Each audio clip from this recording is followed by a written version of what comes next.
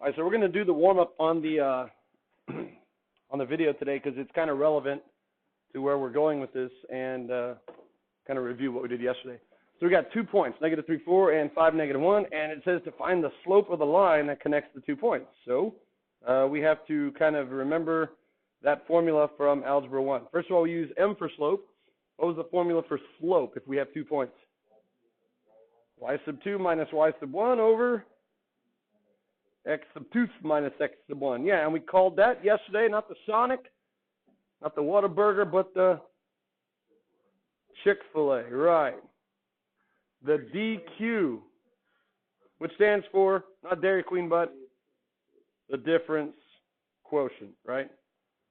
So that's important that you remember that. That's the difference quotient. Now, it doesn't really matter which point you start with, but to develop good habits, you should always start with the point that has the larger X value, okay? So when we start looking at applications with time, then the change in Y ends up being the displacement if you do it that way. If not, it's the opposite of displacement. So we'll plug in the -1 first. So -1 minus 4 all over 5 minus -3. So there's your difference quotient plugged in, and now we evaluate it, and you get -5 over 8. So that is the slope of the line, which means in terms of rates of change, is this the average rate of change or the instantaneous rate of change? The way we calculated it as a difference quotient, in general, it's the average rate of change. So I abbreviate that ROC between the 2 points. But what do we know about the slope of a line anywhere and everywhere? It's the same. So this also ends up being the instantaneous rate of change at any point on the line. Okay, it's the average rate of change between any 2 points, not just the 2 points we used, but because it's a line, it's also the instantaneous rate of change at any point on the line. And the second one is the one that we talked about briefly yesterday. That's the one that can actually pose a problem when you don't have lines. Okay, and we'll kind of revisit that here today. All right, so now to write the equation of the line, you probably remember one equation of a line, right? If someone hits you hard on the back of the head, what might just come out involuntarily? Y equals M is supposed to be, right? It's like, whoa, where did that come from? Came from Algebra 1. You probably cannot force yourself to unmemorize that, huh? Right? It's ingrained in you. Y equals Mx plus B, Mx plus B. And of course, M is the what? Slope, and B, the y-intercept. Why do we call B the y-intercept? Why do we use B? Anyone know? We use M because it's the French or Spanish verb for to climb a mountain, right?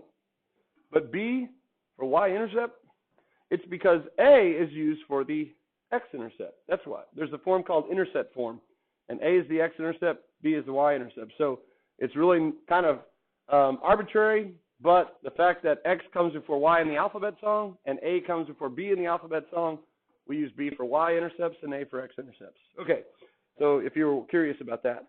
Now think of this as a formula with how many unknowns, how many variables in it? 4, right? Y, M, X, and B. And so to use any formula, you have to know all but one. If you can know all but one, you can plug in and solve for the missing one. That's called algebra. Well, that means I need to know 3 of these 4. Do I know 3 of the 4? Yes, okay. I need a point x, y. To write an equation of a line, I need a point. Do I have at least 1 point? Yeah, I actually got 2 points. So it doesn't matter which one we use. What would y'all prefer? 5, -1? Okay, I'll go with it. And then we need M, which is the slope. Do we have the slope? We just found it, right? We just found it to be -5/8. So we can plug in to that formula and solve for the missing value B. So here we go. If we plug in, we get -1 equals -5/8 times X, which is 5, plus B. And now to solve for B, we'll just kind of combine this to get -25/8. And now you have 2 options. You can either multiply everything through by 8 and eradicate the fraction, or embrace the fractions. What do y'all want to do? Embrace the fractions? Good answer. All right. Yeah. Face your fears and they go away. So if I add that to the other side, or they eat you, right? Either way, you don't have to worry about your fears anymore. So 25/8 minus 1, that's the same as 25 minus 8/8. 25 minus 8 is 17. So we get 17/8 equals B. Now we found B, but what we were really after was the equation of the line. We wanted y in terms of x. And so in this formula up here, what we really wanted were m and b, so we could just drop them in and get the equation. So now we have to write the equation. So when you come up with your final answer and you want to make some kind of transition, you could say therefore or thus. No thanks. I like to use so. Y equals m, which we just found, negative 5/8, times x plus 17/8. There you go. There's the equation in slope-intercept form. Beautiful. So that was a two-step process. So we really only need 2 points to find the equation of a line, but ultimately it was nicer to have a point and a slope. So in calculus, we write equations of lines almost on a daily basis. And every time we do, I say, what do we need for the equation of a line? And they all go, point and a slope. And I go, yes, or, and they all say, slope and a point, right? Either way. So what do we need for the equation of a line? Slope and a point, or point and a slope. Either one. It doesn't matter which one. You just have to have one of those two. Okay, so that was a lot of work, though, right? It was like, plug in, solve for B, and then plug it back in. Right? You're away from your phone too long if you do it that way, right? Is there a faster, shorter, quicker way so that you can get to your notifications faster? Y'all are interested in more efficiencies so that you don't have to be away from your phone for as long, and I have a method for that, okay? Let's look at this equation right here. M equals, again, y sub 2 minus y sub 1 over x sub 2 minus x sub 1. What do we call that? Difference quotient. It gives you the average rate of change between those 2 points. Okay. On a curve, it also gives you the slope of the what line? We talked about that yesterday. No, not the tangent line, the secant line. The slope of the secant line is the one that connects a curve in 2 points. On a line is its own secant line. Okay, now do something for me. Get rid of the little subscripts of 2's. Just call it y minus y sub 1 over x minus x sub 1. It's the same thing, we're just labeling them differently. If I just multiply both sides by the denominator, I get y minus y sub 1 equals m times x minus x sub 1. This is another form of a line called the point slope formula. Because for this, all you need is the point, x sub 1, y sub 1, and the slope. Drop it in, and you have your equation. It comes from the difference quotient. Now, when we sketch lines, we like to solve them for what variable? The other one. Y. We like to solve them for y, right? Your calculator actually has a y equals button. So if we solve this one for y, by adding y sub 1 to both sides, we get y sub 1 plus m times x minus x sub 1. And this one right here is the only form of the equation of a line that you're going to ever need ever again in your entire life if you're interested in writing the equation of a line. It's the only one you're going to need, okay? You need a point and a slope. This one is called Taylor form. Taylor form. It's solved for y. It's the y value plus the slope times x minus the x value. It's in this form because Brooke Taylor, the English mathematician, came up with a way to determine a polynomial of nth degree to model some other transcendental function. So this is a first degree Taylor polynomial, but you just need to know that it's the equation of a line. So let's go ahead and find the equation this way. It'll be less work. So y equals, what was our y value? It was negative 1. Plus the slope, which is really now minus 5/8, times x minus the x value of 5. Done. There's the equation of a line. I didn't have to do a two-step process of plug in, solve for b, and then plug back in.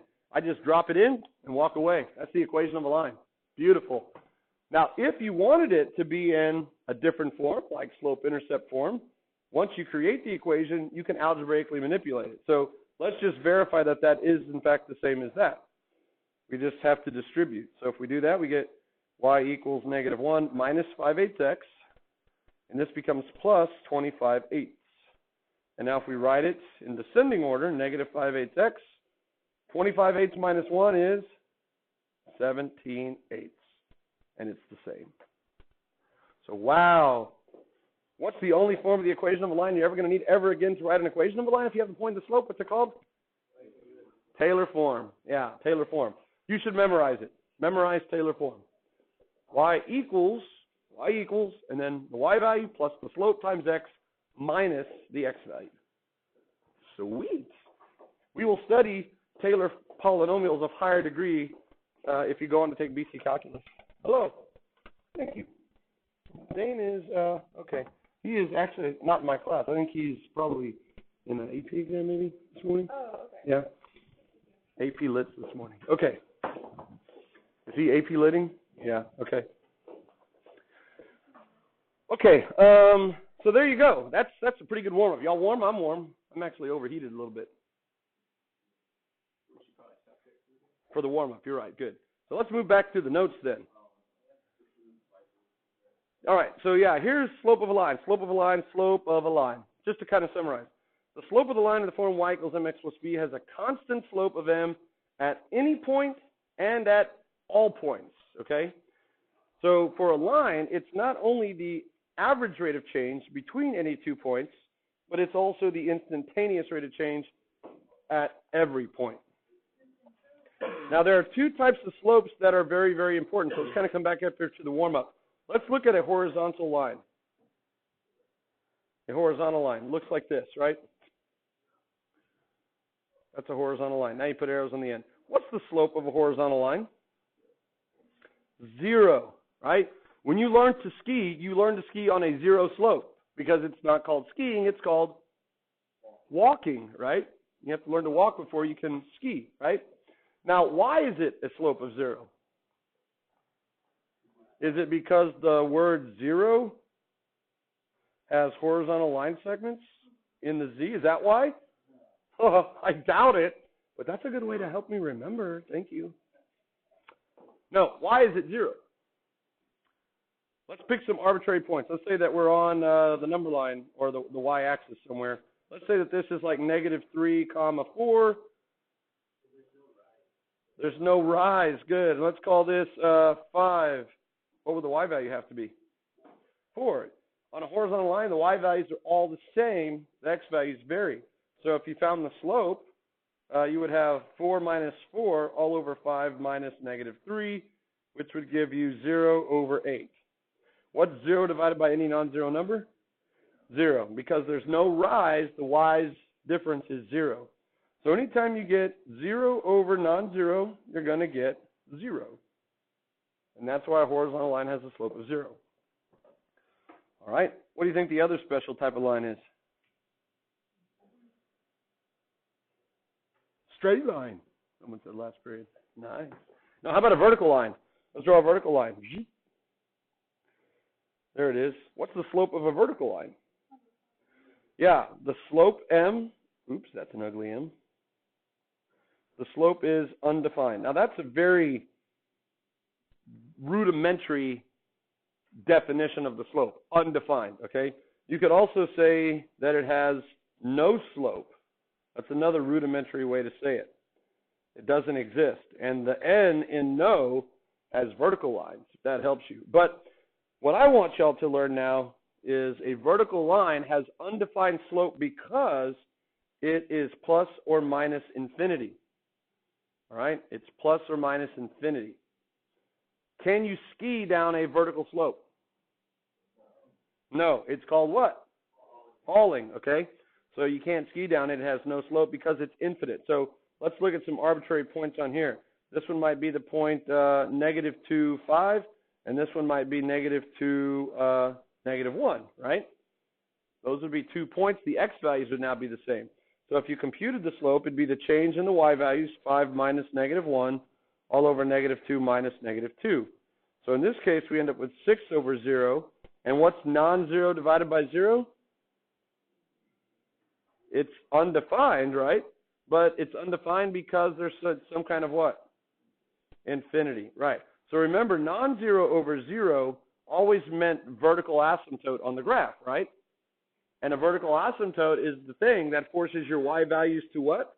Either to infinity or negative infinity. So non-zero over 0 is plus or minus infinity. So in that essence, if 0 over non-zero and non-zero over 0 are reciprocals of each other, How are 0 and infinity related? They're reciprocals, yeah. What's the reciprocal of 0? Infinity. What's the reciprocal of infinity? 0. Yeah, remember that. That's pretty cool. Now, whether it's positive infinity or negative infinity, you have to kind of look next door. So, like, if you have the graph of the cube root of x, it looks like that. Back in the day when I was a skater, we always talked about, man, how much vert does that ramp have, dude, right? Does it go vert, right? So here would be the cube root of x, and it goes vert right there. Because it goes vert, what is the tangent line there? Well, it would be a vertical line. So right there, the slope at that vertical tangent line where it goes vert would be plus or minus infinity. What do you think? It would be plus infinity because that function is increasing, strictly or monotonically increasing through it. Whereas if you look at the graph of negative x cubed, that goes vertical right there, what's the slope at that point?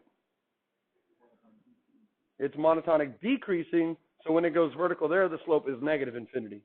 So you have to look at context clues to decide if the slope is plus or minus infinity. If you're just looking at a vertical line, it's hard to know if the slope of that vertical line that stands by itself is plus or minus infinity, right? It depends if you're falling down, that would be negative infinity, or if you're falling up, that would be positive infinity. Falling up. Yep, I see it. At least once a day at the top of the stairwells. Some people fall up the last 2 steps. It's kind of cool. Defying gravity. I should play that in between classes. What? Yeah, oh yeah, oh, all the time. As the day goes on, it's a lot easier to trip up those last stairs. People get lazier or it's just they're tired, and then they don't pick their feet up all the way, and they hit the riser, and they fall up. Yeah, and then they look around, and they dust themselves off, and, you know, that never happened.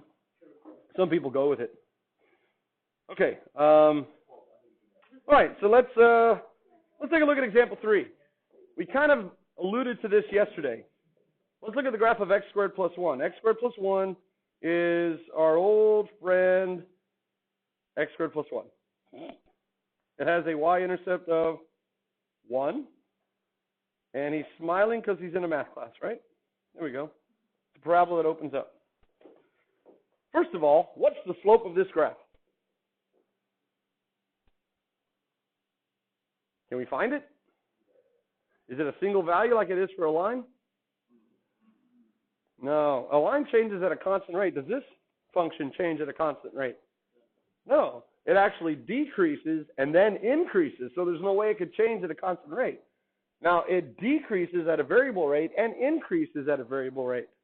So there's no way the slope could be a constant, okay? But I can ask this question, where are the slopes negative? I'll just say less than 0. Where are the slopes less than 0? Yeah, good. We usually list it in terms of x. We don't just say to the left of the y-axis. We'll just say when x is less than 0. Everywhere to the left of the y-axis, the graph is decreasing, so the slopes are negative. Where are the slopes positive? Greater than 0.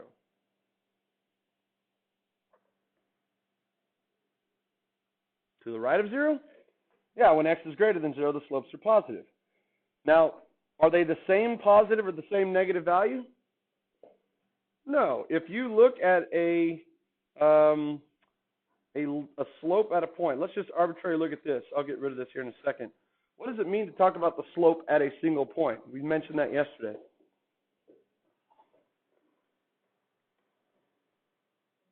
It comes down to me trying to find the slope of the what line?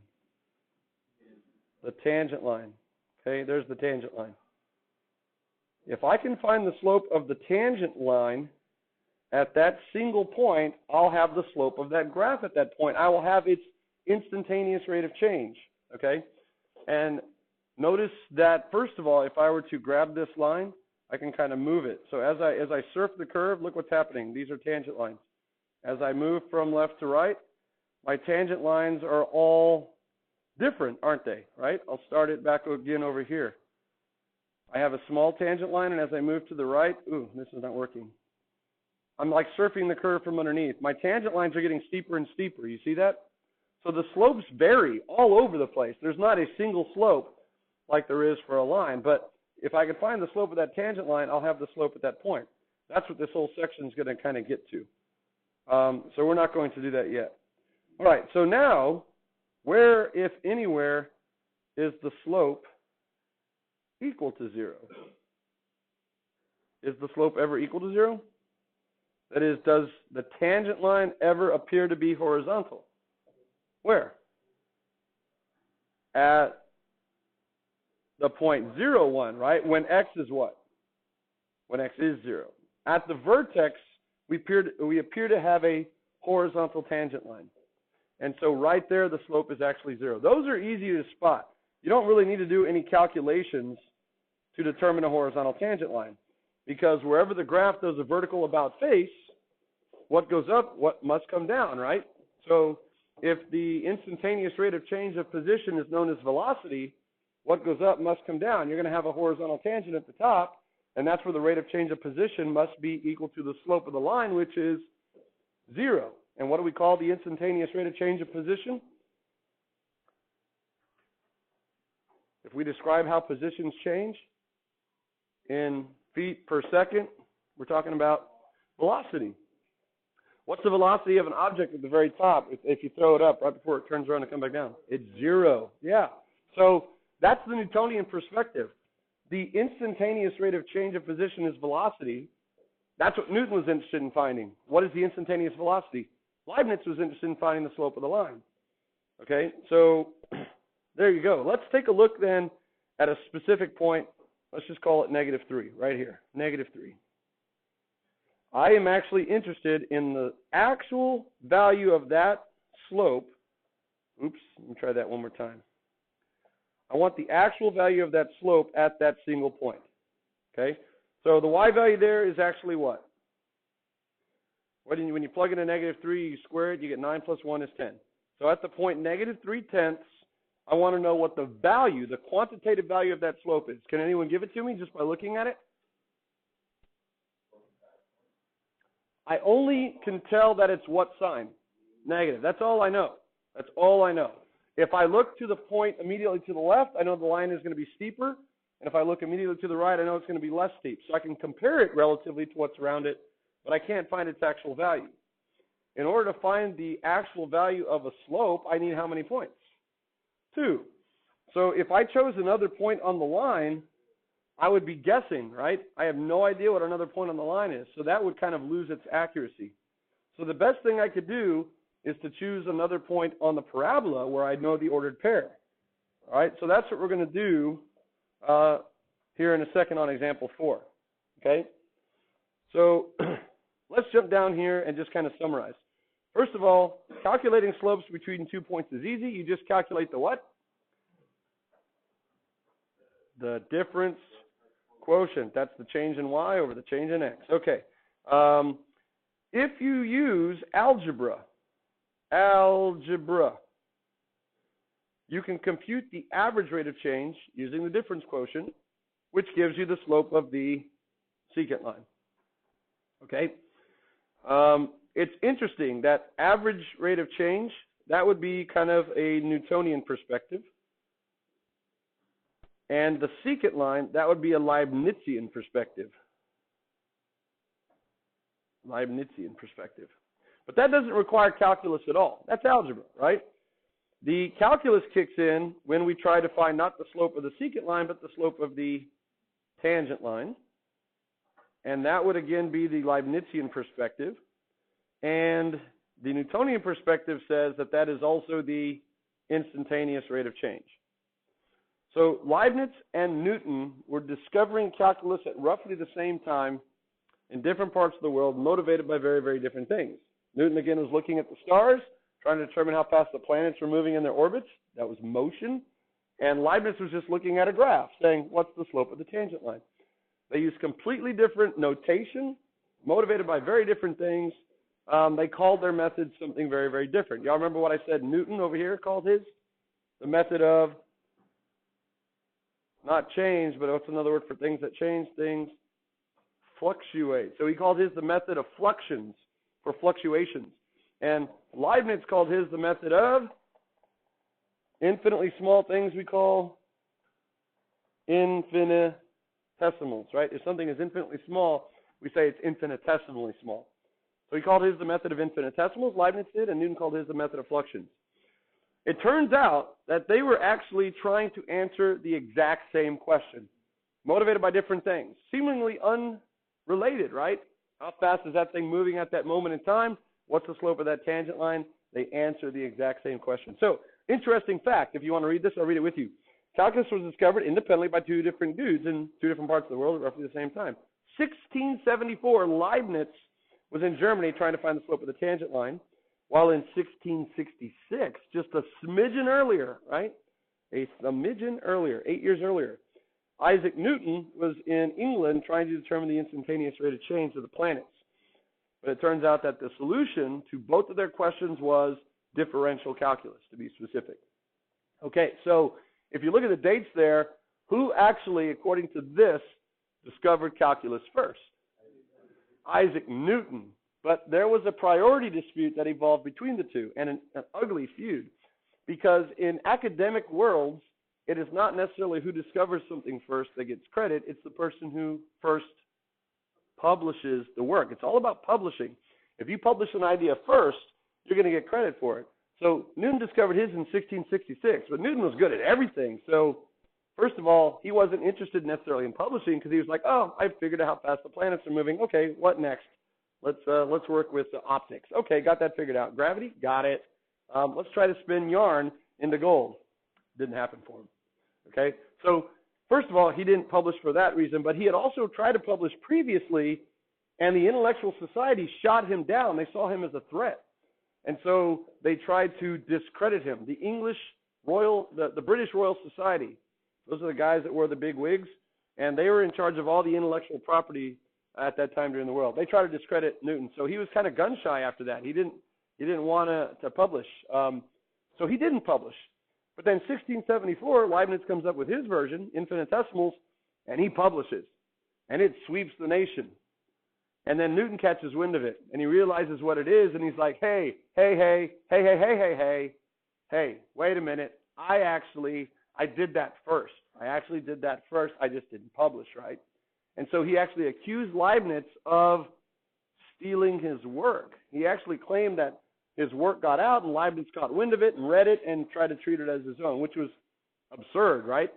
Because they were motivated by different things. They had completely different notations, called it different things. So it was an absurd allegation. But after that, Newton got real serious. Edmund Halley kind of came by, convinced him to publish, and then Newton got more and more confident, and eventually himself became head of the Royal Society. He's now the main guy in charge of controlling all the intellectual property of the day. And what are you going to do when you're in charge? What are you going to do to your bitter rival who's trying to, quote, steal your work? Yeah, you're going to discredit him, and you're going to make sure that he's not even a footnote in history. So that's why a lot of people haven't heard of Leibniz. Newton gets all the credit, right? But Leibniz did, in fact, nowadays we typically give them both credit, and it's just remarkable that roughly the same time, the world was ready for calculus, and they both discovered it completely independently of each other. So anyway, pretty neat stuff. So important ideas. Average rate of change is the slope of the secant line. Average rate, one last caveat to that story I'll mention. Yeah, we should probably say that real quickly here. The Leibniz can say that he does get the last laugh, all right? Because while Newton tended to get credit, Newton's method had really, really arcane notation, and we don't use Newton's notation of fluxions anymore. And Newton actually divided by zero in his calculations, which no one could explain how he did it. They just kind of turned a blind eye to it. So Leibniz, on the other hand, never divided by zero, and his notation was so superior, we still use Leibniz notation today. The dx you see on the poster and this little super S called the integral, those are Leibniz notation. So we use Leibniz notation. It's kind of like a daily way to honor Leibniz in the way we practice calculus. So anyway, so important ideas. Average rate of change, that is algebra. It's the slope of the secant line. That was the old machinery. Still kind of works, but maybe not as useful as the power of the next thing that was a-coming, which was finding the instantaneous rate of change, which is the exact same thing as finding the slope of the tangent line, and that is calculus, right? Calculus. So the question is now, how'd they do it? How'd they do it? You saw the magic trick, now you want to know how was it done? How did they find the slope of a tangent line that required 2 points if they only had 1 point? How do you find the slope of a line with only 1 point if you need 2 points? How did they do it? What's that? It's magic. So what we're going to do here on example 4 is not a hint necessarily of how our mathematical forefathers got around that problem of having only 1 point, but maybe I could say here's the aroma or a whiff, right? Here's the aroma. We're not even going to taste it. We're just going to like maybe smell it a little bit. I see what we're getting at. So let's say, okay, I want to find the slope of that graph, x squared plus 1, at x equals negative 3. I want to find the slope of the tangent line. I want to find the instantaneous rate of change of that graph at that point. Well, because the math requires 2 points, we're going to have to give in and use the second point. So let's go ahead and find the average rate of change, or the slope of the secant line, between the two x values, negative 3 and 5. All right? So let's see what that's going to look like. If I have to choose another value, I'll call it 5. We'll use purple. 5 is going to be somewhere way over here. It's going to be way up there. If I then find the slope of that line, that's called the what line? Secant line. Now, is that secant line going to be a good approximation of the tangent line? Not even. Really, really bad approximation, right? One of them is increasing, the secant line is increasing, positive slope, and the tangent line is decreasing. But we can find the slope of that line. So let's go ahead and do it. We'll label this as average ROC, which is short for average rock, as someone last period so eloquently said. AVG ROC is average rate of change. And because it's function notation, we're going to say f of 5 minus f of negative 3, all over 5 minus negative 3. So again, you want to get in the habit of using the larger x value first.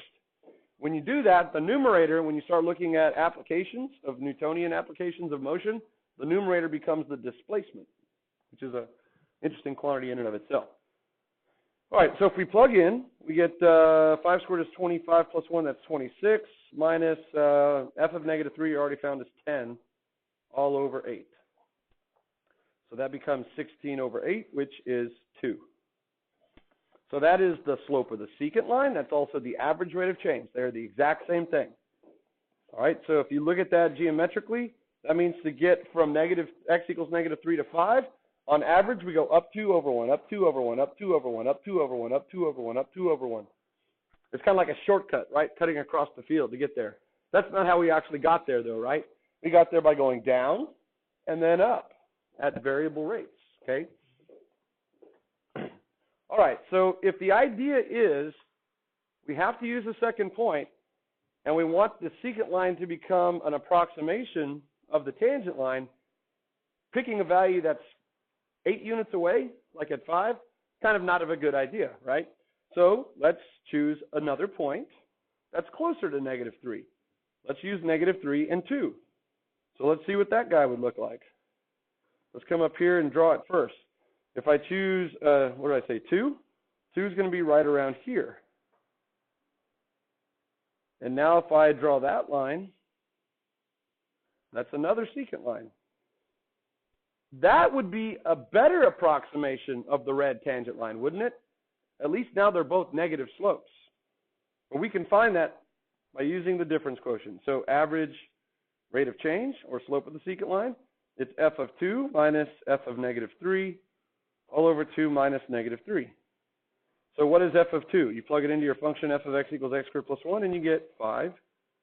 Minus f of negative 3 is always going to be 10, so minus 10 all over 2 plus 3 is 5. So you end up with negative 5/5, which is negative 1. So now at least it's a negative slope. We knew the tangent line was negative.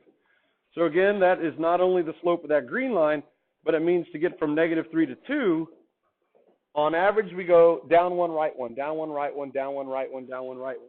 Where in actuality, we went all the way down and then came back up. See that? All right, so can we get a better approximation than the green line for the red line? And the answer is yeah.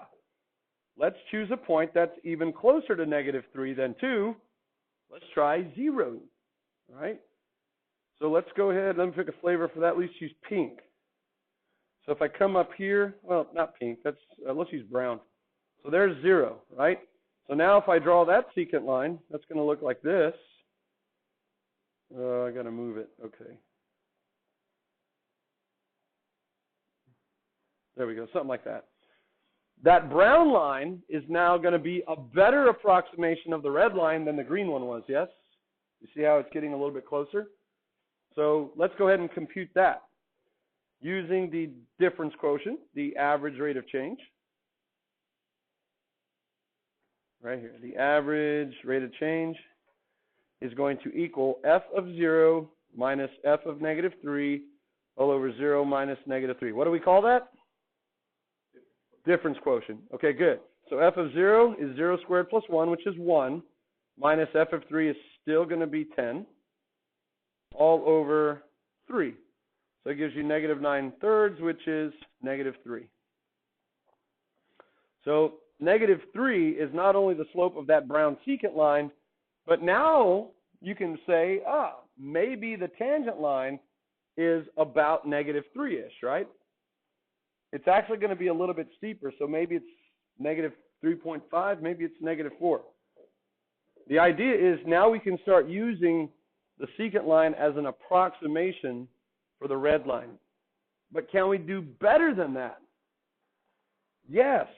Let's choose a point that's even closer to negative 3, like negative 2. That one's only 1 unit away. So I will use purple. Have I already used purple?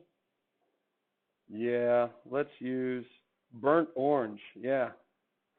All right, so negative 2 is going to be right around here. Yeah, UT. If I find the slope of that one's going to be now right in here somewhere.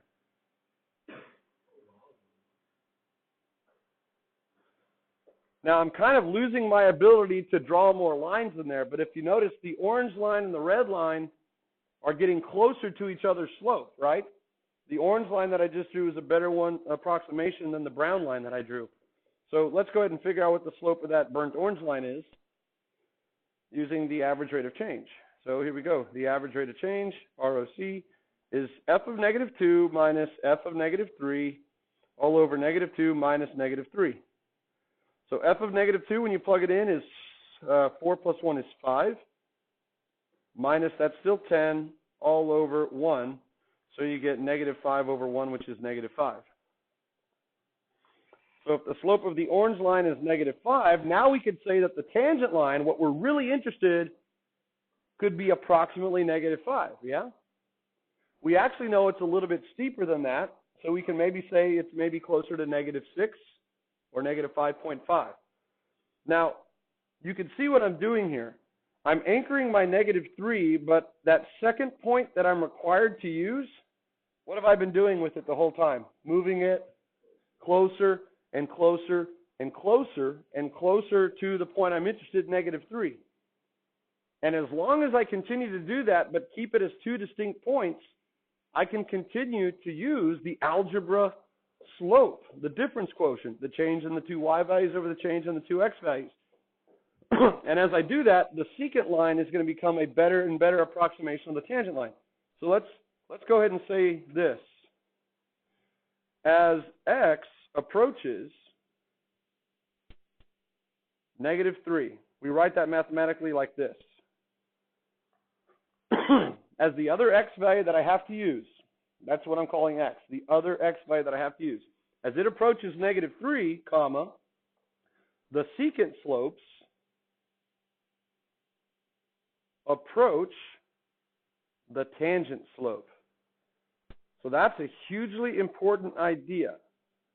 As that second point that I'm required to use gets closer and closer and closer to negative 3, the point I'm interested in, the secant slopes that I'm calculating approach the tangent slopes, which means, I should add this in here too, that from the Newtonian perspective, the average rate of changes approach the instantaneous rate of change. So the top one would be Leibniz and the bottom would be Newton, okay? It's the same thing. So here's kind of the aroma of where the magic comes in. Ready? How close then can I make that second point to -3 without actually making it -3? How close can I make those 2 points but still have them be distinct? Infinitely close, right? I can move that second point infinitely close to -3. I'm going to start losing my ability to show it as a different point and for sure drawing secant lines. But in theory, it can move infinitely close to -3 without actually getting there.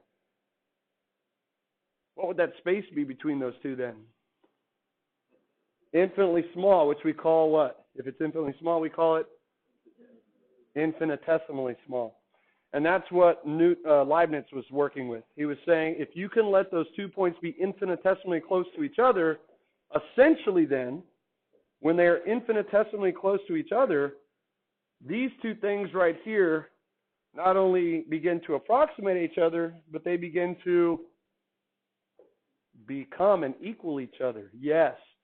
Do you see a limiting value in there? Remember we talked about the limit earlier in the year? The limit is that notion of motion of getting closer and closer to something without getting there. The limit is in here, okay?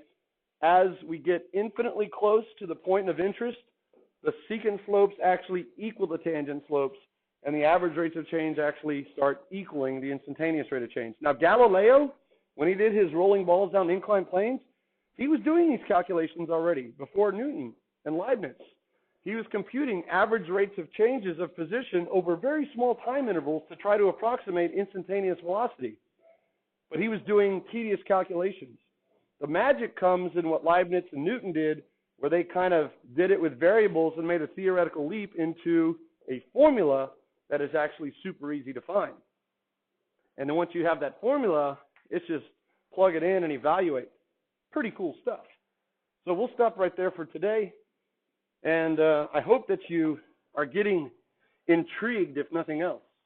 So remember, the worksheet awaits, and you can do your algebra